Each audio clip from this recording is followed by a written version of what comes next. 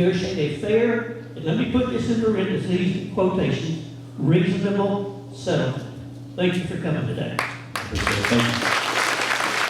Despite the Southern hospitality, the hundreds of farmers packed into Mid-County Community Building in Adair County Thursday were upset during Oklahoma Attorney General Gentner Drummond's visit. Well, a politician is a politician. He's going to tell you what you want to hear. He is running for governor.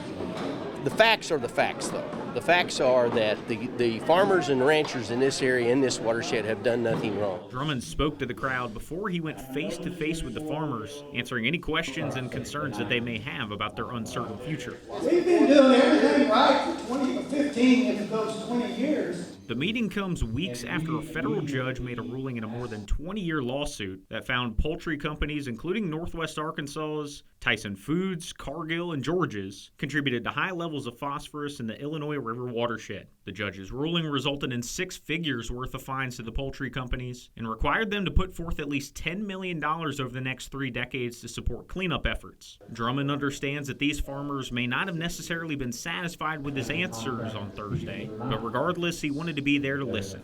I wanted to be present as the Attorney General for the state of Oklahoma with these people whose livelihoods are threatened and they're afraid. My objective is to have people to have access to ask the questions and make the points, and they did. Tyson Foods has been issued some of the harshest penalties in the lawsuit ruling, and it's called Drummond's recent litigation, quote, misguided. The chicken giant is now threatening to take its business out of the Illinois River watershed, with a spokesperson stating, quote, in making this difficult decision, we have determined we will continue to honor all existing grower contracts through their remaining terms, some of which last for more than a decade, but we cannot offer any new contracts in the IRW because it is no longer a hospitable place to do business.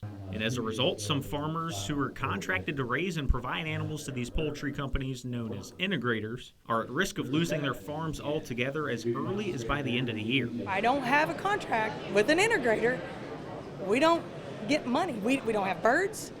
And so then we don't get a paycheck, which then we have to file bankruptcy. Luann Hayes believes the best way to proceed is, we want the Attorney General to either issue a stay or to back off from the lawsuit. Drummond, though, believes he can get the integrators to agree to reach settlements and not take their business elsewhere. All of the integrators are talking to my office on reasonable and fair terms, and we'll land this plan.